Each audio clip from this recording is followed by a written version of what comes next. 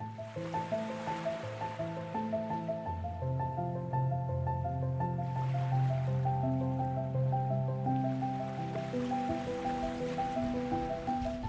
so excited to be here. I'm gonna go join up with my classmate Elizabeth, so come on along.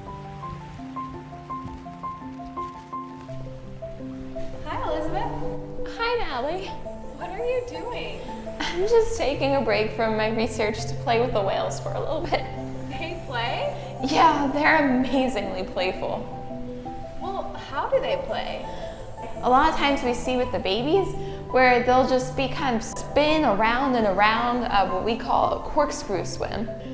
And if you watch, they also spit water, and these guys love to spit. And so they'll do that with a lot of objects too. Like, you know, the best kind of days are when they find a leaf or some little pebble or anything turns into an amazing toy for a beluga, and they'll spend hours just spitting it out and then sucking it back in. This is amazing. Right? Now, while they're in play mode, can I actually join you? Yeah, you want to give it a try? Come on up. Okay, great. Hello, belugas. Now their heads are really squishy, I noticed. What is that? Yeah, so that part of their head is called their melon. And it's this ball of oil that they use when they're making sounds underwater for the echolocation. So other whales and like dolphins, you know, have like a really hard, if you touch them there, it's like really firm. Right. But with these guys, it's super squishy. You see them move it against the glass. Yeah, and they can actually flex it. You know, they can move it in different directions to direct the sounds. It's really cool. Yeah, and it also looks like it's fun to play with. Yeah. It does. Now, I know these are belugas, but what exactly is a beluga? Of course, these guys are mammals, right? Right, yeah. I mean, I knew that, but I'm glad you reminded us. Yeah, because we can see, you know, the babies nursing off the mothers, getting milk, and that also means they have to breathe air, of course. So that's why they have the blowholes at the top of their heads. Oh yeah, where the bubbles come out. Exactly. That makes sense. Yeah. Belugas are a type of cetacean, you know, whales and dolphins. And even though they look pretty big, they're actually small when it comes to cetaceans. And they're toothed whales. You'll see sometimes when they open up their mouths, you can see their teeth. So they're more closely related, you know, to dolphins and other toothed whales. So what's it like to be a beluga? What's their umvelt like? That is one of my favorite topics, trying to figure out how belugas perceive the world and what's it like in their mind, you know? So how's their vision? We haven't directly tested the vision of the belugas, but Dr. Noonan and past teams have done experiments with orcas and dolphins, and it turns out that their vision is not that great, and we think belugas are probably pretty equal. They have fixed lenses, so they can't focus at different lengths, and they can really only make out general shapes and such. Okay, so how about their other senses, like sense of taste, touch, smell?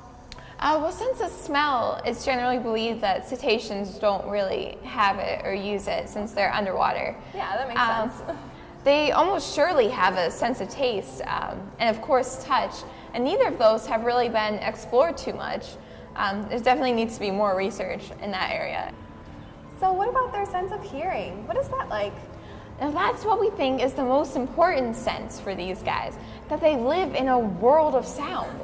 And that makes sense for a few different reasons. Underwater, vision just isn't as important and as functional, but water is a great conductor of sound vibrations. It's much better than up here in the air. So the belugas can hear over large distances, and they can also hear a very wide range of frequencies, from the really low noises to really high. So this is just a little amplifier.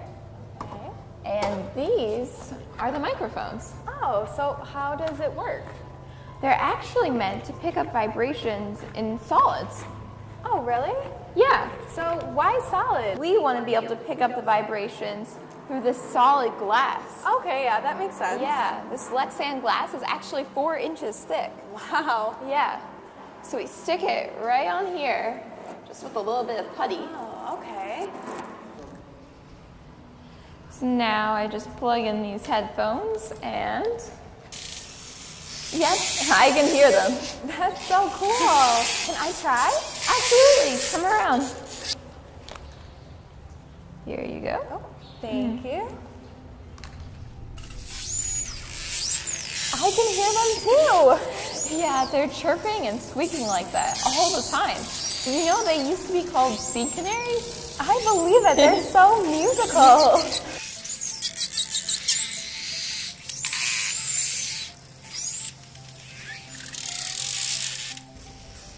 So when thinking about what it's like to be a beluga, I'm wondering about their social lives. Is there anything you can tell me about their social structure and their relationships? Yeah, you know, that's another big topic that we're researching here.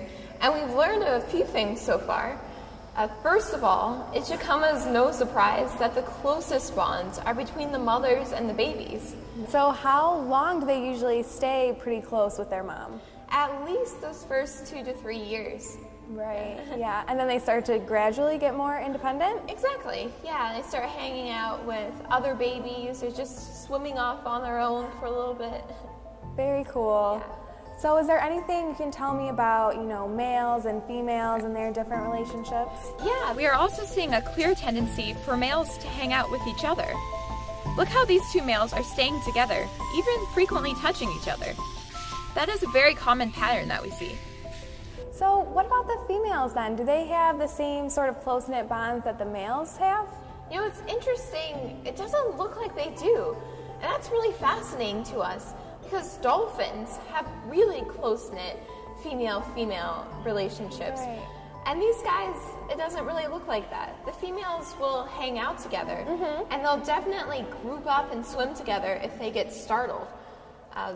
How would they get startled? What would cause that? They actually get startled kind of easily. If a gull or something lands in the water or they hear a big noise, then they group up into what we call the beluga ball. And they'll swim together kind of fast. Right. Then after a few minutes, they kind of relax again and go their separate ways. So that's really what we see. It's not really a lot of like touching or rubbing or anything between the females. And it's not even necessarily always like the same females swimming together. Okay. So it's a really interesting relationship that we're still trying to sort out. Oh, and there's one other thing that we've learned that's really cool. So you know how I was telling you that the babies gradually start to leave their moms as they get older? Well, the female calves tend to go out and then come back to their mothers after just kind of swimming on their own.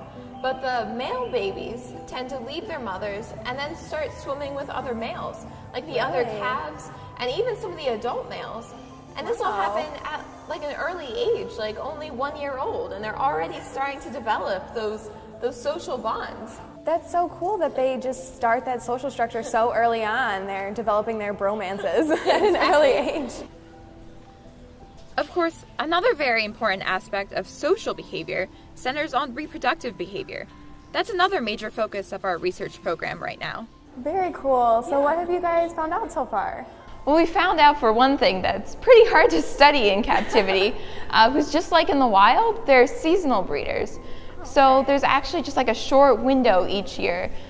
It's actually in March where all the mating behavior happens. And so for the rest of the year, you really don't see, those male-female matings.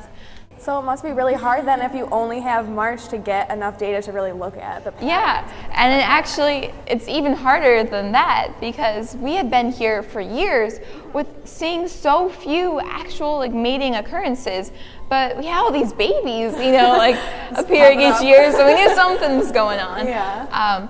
So Dr. Noonan actually set up 24-hour surveillance video.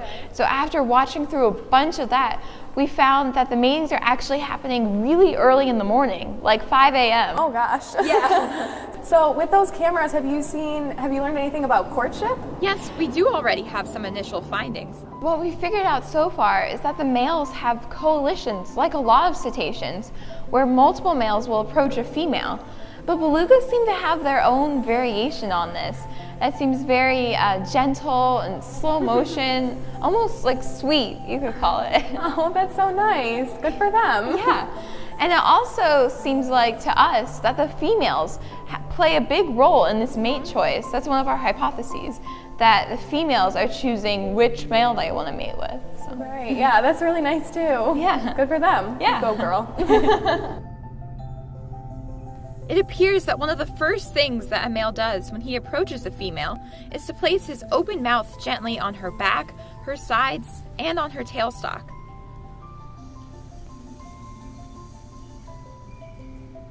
He may then proceed to pelvic contact, but this is also often very gentle and slow motion at first. Well, and then after mating comes the gestation.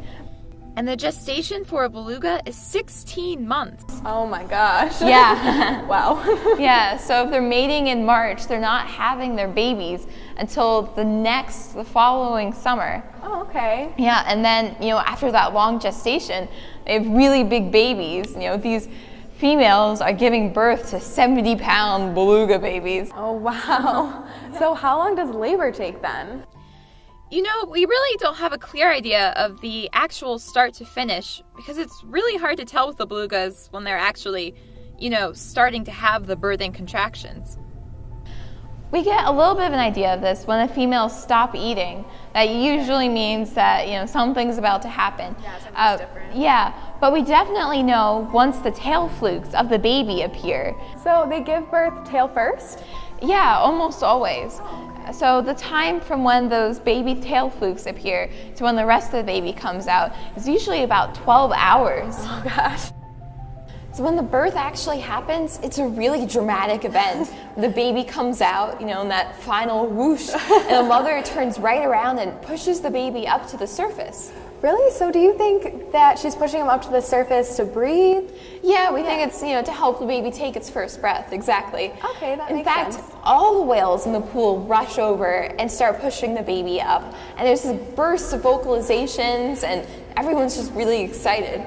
So one good way to see this and learn more about it is to switch over to a video we recorded. Okay, great. Here you see the birth is already well underway, and more than half of the baby has already emerged. At this point, it is sometimes possible for observers to see the baby's genitals, so the attending caretakers and veterinarians vie to be the first one to call out the baby's sex. You can also see that the umbilical cord is still attached to the baby, still providing it with oxygen and nutrients. You can also see that the other whales in the pool, particularly the females, show a great deal of interest. Then, with one final contraction, the baby's midregion and head are finally pushed out. As you can see, it's quite a dramatic release. In this case, you can see that the baby did its own very rapid swim to the surface, but the attending female and then the mother rapidly joined it there, using their flippers and heads to keep the baby at the surface. Here's another example. In this case, the soon-to-be mother is being followed by at least 5 other females. And watch what happens when the baby emerges. All of those other whales almost compete with each other in trying to push the baby to the surface. They certainly get to it before the mother does. And listen.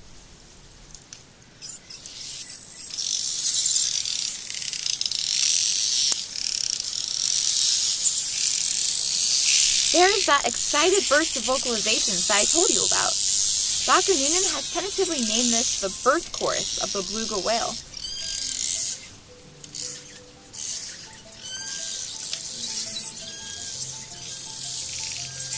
That's really interesting that all of the whales are involved. Do you see them helping a lot with belugas? That's actually one of the main things we're studying, is allomothering. Oh yeah, I remember that term from class. Right, it's like babysitting, how much do the other mothers or other whales care for a baby that's not their own? So how do you study allomothering? Painstakingly.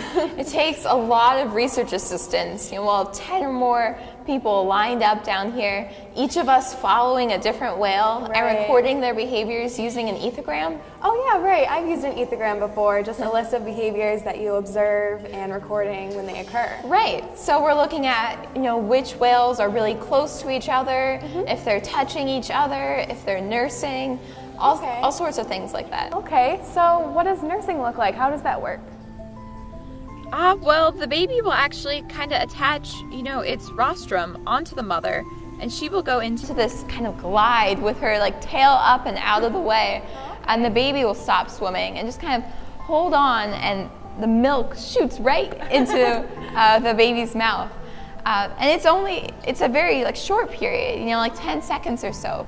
But the baby's getting this super high calorie, nutritious milk during that time. So what else have you been studying? Well, another big project that I was involved in over the past year was looking at their breath rates, how often they breathe. They're underwater, so we tend to forget that they are mammals, so they have to go to the surface to breathe. Yeah, I can see one right there going to the surface. Yeah, it's great. It's a very discreet event. They go up, and we call it a surface roll. They go up and write that down. So it's something we can really easily document and count. Yeah, I can see that. So how often do they breathe? About once or twice a minute, usually. Okay. But we found that their breath rate is actually influenced by a lot of factors, like their age, their sex, and even the season or time of year. Okay, so have you found any really big differences when looking at those variables?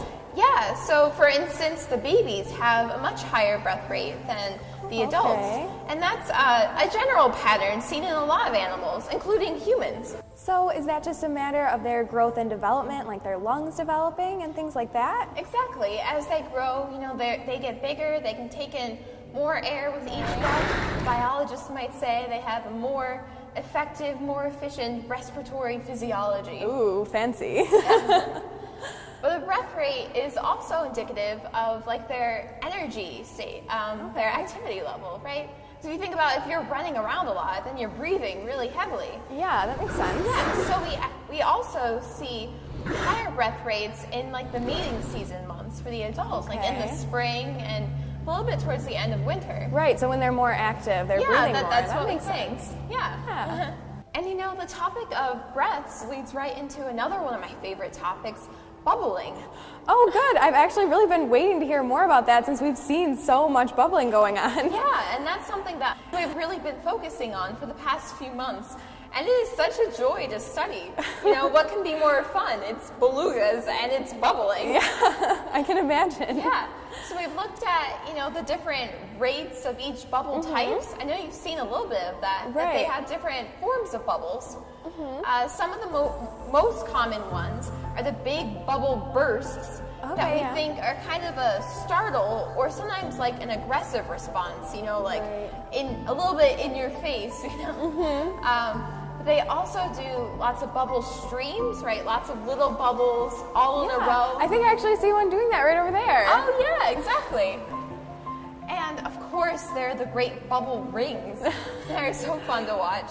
It seems like a form of solitary play a lot of times. Yeah, that's so interesting. I can see why you love this so much. Are those the only 3 bubble types? No, there are lots more. One of my favorite bubble types is a hoop. So the whales will actually blow this bubble out of their blowhole and then suck it down real fast with their mouths into a big, a giant ring. Wow. Yeah, and sometimes they'll swim through it then and bat it with their tails. It's amazing. They sound like very skilled bubble makers. Yes, definitely. But another big aspect that I've really been working on is the synchrony of bubbles. Because we thought we noticed that when one whale bubbles, other whales are also generally bubbling, or they join in, it seems like. So we've been looking at that with the different bubble types, and that is just a fascinating topic. It looks like just about all the bubble types do have that synchrony, or that it's more common for one whale to be bubbling and another whale to be bubbling than just if you're predicting it by chance, or just if you place the bubbles randomly over that time period. So it's kind of like if one person laughs in a room, then other people start laughing? Yeah, but the same thing happens with yawning a lot in humans. We call this social contagion, right? When one behavior kind of catches on among a group.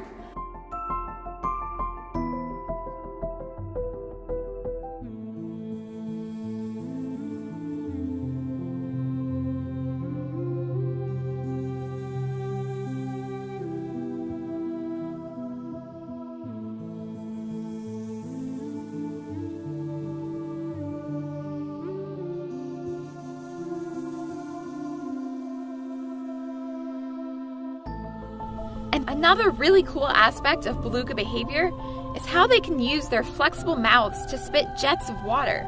This seems to just be part of their nature. They do it in play all the time. We wanted to find out just how forcefully they can spit. Underwater, we tested the whales like this. They were positioned on the opposite side of a closed gate. In that way, we could be assured that they would be lined up in a fixed position relative to a target. The whales were trained to spit jets of water at the white cap that you can see at the end of the black target pole. And to help visualize the flow of water, we arranged for a constant flow of squid ink to be emitted from the target. Squid ink? Yes, squid ink. We originally thought of using food coloring or some other kind of liquid dye, but it turned out that squid ink was the perfect choice. It is entirely biodegradable and safe for the whales, and we had a ready supply since squids are already part of the whale's daily diet. But now, look at this. It was even easier to measure their water jets when we tested them above the water. What you see here is a whale that is trained to spit up at a target that is being held against that checkerboard pattern. Then, by using stop-motion, high-resolution videography, we were able to fairly precisely measure the water's speed. And since the water flowed down off the board into a trough, we were able to measure its volume as well. So what did you find? We were able to show that the large adult males squirted jets of water that ranged between 1 and 6 liters per mouthful. And they spit this water at about 300 centimeters per second. It's incredible! It looks like so much fun to carry out these tests. And then it got to be even more fun, for us and for the whales. We went on to use this targeted spitting task to study social learning. Social learning? Yes, that is the process in which a behavior that is learned by one animal spreads out through a population. The animals learned from one another. So what did you do in this case? In a different pool of beluga whales, we taught just one animal to spit at a board in order to dislodge a nice tasty fish from a little shelf. Here you can see me working with Tally Wilson, one of the marine mammal trainers, at an early stage of this process. Then, once we had one whale doing this reliably, we simply let all of the other whales watch while simultaneously presenting multiple boards at random places around the pool. Well, for a few days, all the other whales simply watched while the trained animal went from board to board, spitting and getting fish. But then, one by one, the others caught on, and they started spitting too. Within only a few weeks, practically every whale in the pool had picked up the behavior. It spread like a cultural trait right through the population. That is so interesting. You specifically refer to this as culture? Yes, a learned trait that is specific to a localized population. And in this case, we were able to document the way it spread. Females and young whales first, and the older males last. Anyway, I can see why you described this as fun. You're so lucky to have this fantastic opportunity. And it's amazing to see how many studies you have running here. Yes, we do feel lucky. And it's true that we are keeping busy. It is Dr. Noonan's policy that we should try to take advantage of the opportunity here to learn as much as possible about these wonderful creatures. The main thing I should tell you about these animals is that they're Arctic. So they're found way up north, and technically they're called circumpolar because they're found around Alaska, Canada, Russia, Greenland, way up north near the ice. So around the pole. Yeah, exactly. Yeah, makes sense. Yeah. So they live in those shallowish waters, right on the edge of the ice. In fact, Dr. Noonan likes to call them the ice whales, which I like as a name. Yeah, I like it too. I think it suits them. Hello, ice whales. I think they like it too. Yes. So to really, learn about their nature, I think, you have to see them in the wild. Right. And I just found out from Dr. Noonan that we can go visit them up north. Really? Yeah. Oh my god. Yeah. Well, what are we doing here? Yeah, let's go. Let's go.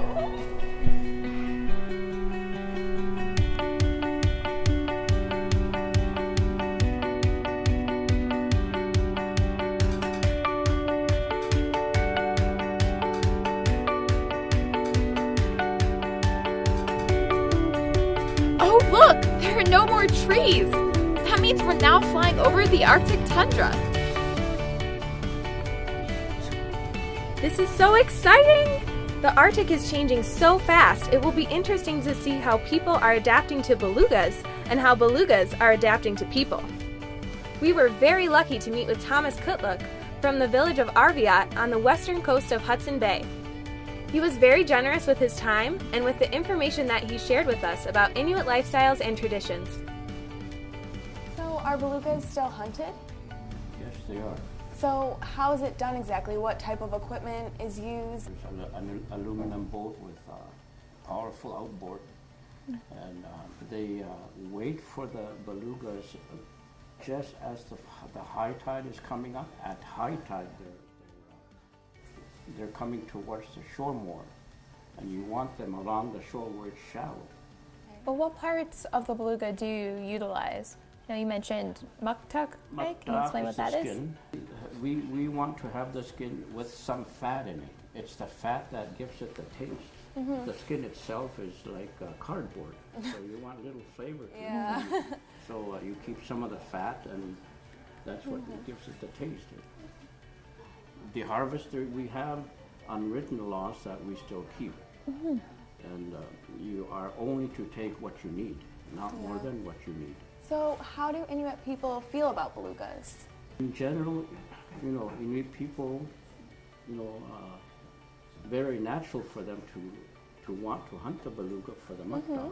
And we still, not everyone eat it, but most Inuit people still eat it. But emotionally, how do they feel about belugas? Well, it goes without saying. It's an animal that more traditionally you depend a lot on for food. We do respect the animals, just like the First Nations people do. Inuit people respect the animals. That's why they only kill as much as they need. But emotionally, especially in the old days when they needed food to survive, like they feel they're thankful that they're able to catch it for food. Then we got to meet with Mr. Wally Dowrich, owner and operator of the Lazy Bear Lodge in Church Hill, Manitoba. He manages one of the largest ecotourism businesses in the Arctic. It was not only amazing to learn how many people spend big dollars just to see the Arctic wildlife, it was very interesting to learn about Mr. Dowrich's attitudes and policies regarding the animals. So Church Hill, Manitoba is known as the polar bear capital of the world, right? So do most people come to see the polar bears? Well, because of common media presentation, yes, we're known for our polar bears, but the real jewel that we have here that's obviously here for about 5 months every year is the beluga whale. Along the western shores of Hudson Bay, it's an estimated 59,000 beluga whales. What a wonderful way to live your life with this as a career. Our family, we feel special that we can do this sort of thing. You don't see this type of closeness of the wildlife anywhere else in the world that I've been, especially with whale watching. Normally we go whale watching and someone will say, way over there, I can see a couple of whales. But it's dozens and hundreds of whales, all in close proximity, swimming underneath the boat, chatting it up, talking to us. Do you think it's the nature of this particular species or the nature of this place? Well, there's probably aspects of both because we are so remote. But the species itself, the beluga, it does have a natural inquisitiveness to them. So anytime we put the boat in the water, it's not unusual to see them literally flocking around the boat. You can look at their eyes and you can see the inquisitiveness that they have looking back at me. So there's a reaction there as well. As part of the CAC program, we focus a lot on ecotourism and how to really optimize it and get it right, for the animals and the people. So what's your philosophy when it comes to that for the belugas? Well, our motto here at the lodge is come in friendly and then leave them friendly, because we look at the beluga whales as a part of our team. We literally have to maintain a relationship with them through the summer months because they know our boat. When they echolocate underneath the boat, they're getting the texture, the feel, and the size. And they also know the sound of our motors. So literally, they expect us. So when they hear our boat coming, they know who it is. And we have to maintain that relationship with those beluga whales. That's a wonderful philosophy. Join them friendly, leave them friendly. I love it. That's great.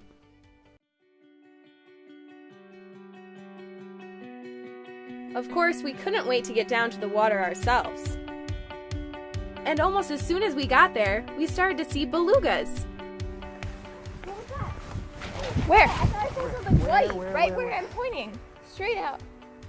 Oh yeah, I see it too. I see it too. Yes, yep, for sure. that? Yeah, that's a beluga, girls, for sure. Oh, For sure.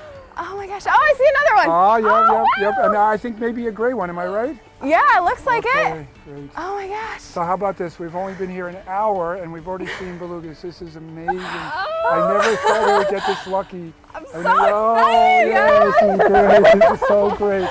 So can we go down and let's get closer? Yeah, guys? let's That's get where they are. closer. Let's go down. Definitely. And then you cannot believe the experiences that we had with them.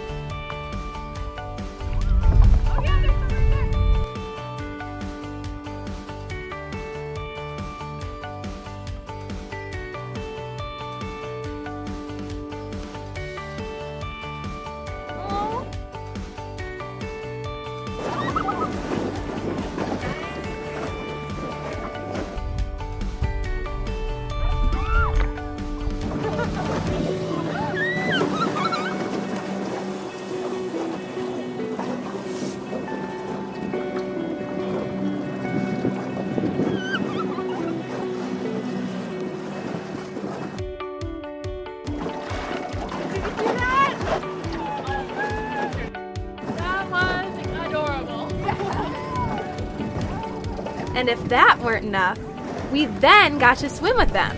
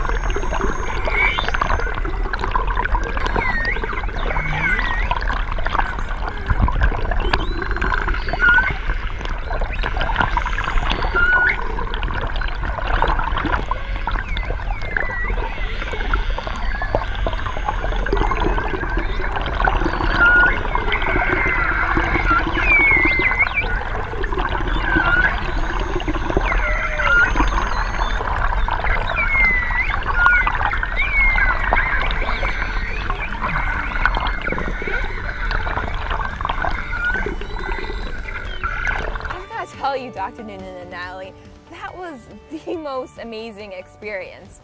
I think that might actually be the single most amazing animal encounter I've ever had and ever could possibly have. Me too, I feel the exact same way. I mean, right away when we were in the water, we were just immersed with their sounds, all those vocalizations.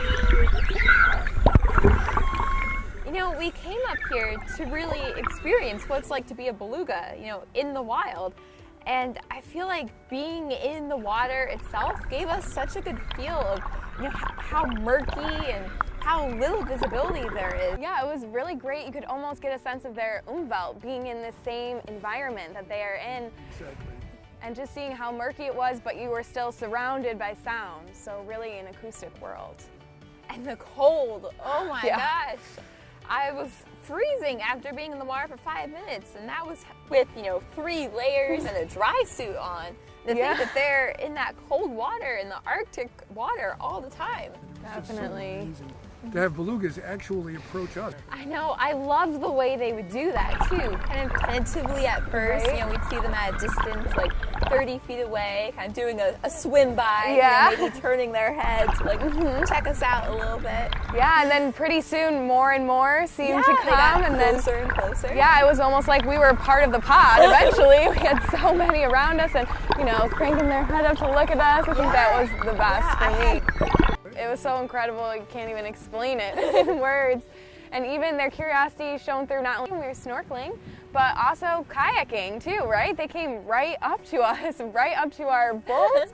They were exploring the rudders, and it was just incredible. Bubbling under the kayak. Do you Yeah, remember that? the bubble We could burst, you could feel them it. under the boat. And eventually, the beluga started lifting my kayak. I was being bumped along from underneath. It's again a wild animal, actually. Right. Right, that wants to interact with us. You know, it's a dream come true. Definitely.